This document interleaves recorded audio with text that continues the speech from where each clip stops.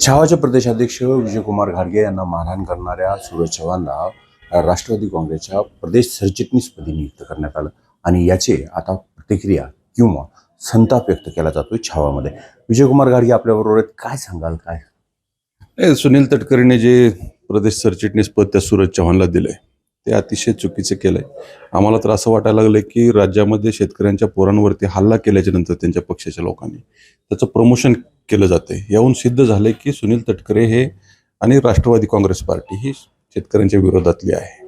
कारण ज्या अजित पवारांनी जे राष्ट्रीय अध्यक्ष आहेत त्या पक्षाचे, त्या अजित पवारांनी आम्हाला सांगितलं होतं की त्या व्यक्तीला आम्ही पुन्हा पक्षात घेणार नाही. जो पक्षाच्या धोरणाच्या विरोधात असेल, धोरणाच्या विरोधात काम करेल त्याला पक्षात स्थान नाही, ह्या शब्दात आम्हाला अजित पवारांनी सांगितलं होतं. परंतु अजित पवारांचंच त्या पक्षात काही चालत नाही का, असा प्रश्न आमच्या समोर आता शेतकऱ्यांच्या पोरांच्या समोर पडलेला आहे. परंतु त्यांचा काय पक्षात हेंडगा लागायचे तर लागू काय. परंतु जखमा आमच्या ओल्या असताना 20 दिवस ही झाले नाहीत या प्रकरणाला, लगेच तुम्ही त्याची बढती देताय. म्हणजे तुम्ही राज्यात एक मेसेज आज दिलाय की शेतकऱ्यांच्या पोरांना मारहाण जरी केली पक्षाच्या कार्यकर्त्यांनी त्याचं प्रमोशन आम्ही करणार, तुम्हाला काय करायचे करा. परंतु तटकरे तुम्ही जे केलंय ते अतिशय चुकीचे केलंय, याचे परिणाम तुम्हाला येणाऱ्या काळात राज्यामध्ये भोगावे लागणार आहे. बरं, काय पद्धतीचे आंदोलन होतील किंवा काय तुम्ही आता त्याच्यावर प्रतिक्रिया द्याल?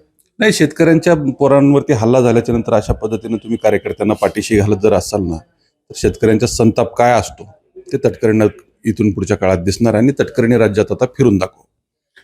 एकूणच जे सूरज चव्हाणला पद देण्यात आलंय त्यामुळे छावा आता आक्रमक भूमिकेत येते आणि सुनील तटकरेंनी राज्यामध्ये फिरून दाखवावं असं आव्हानच आता छावानं दिलंय.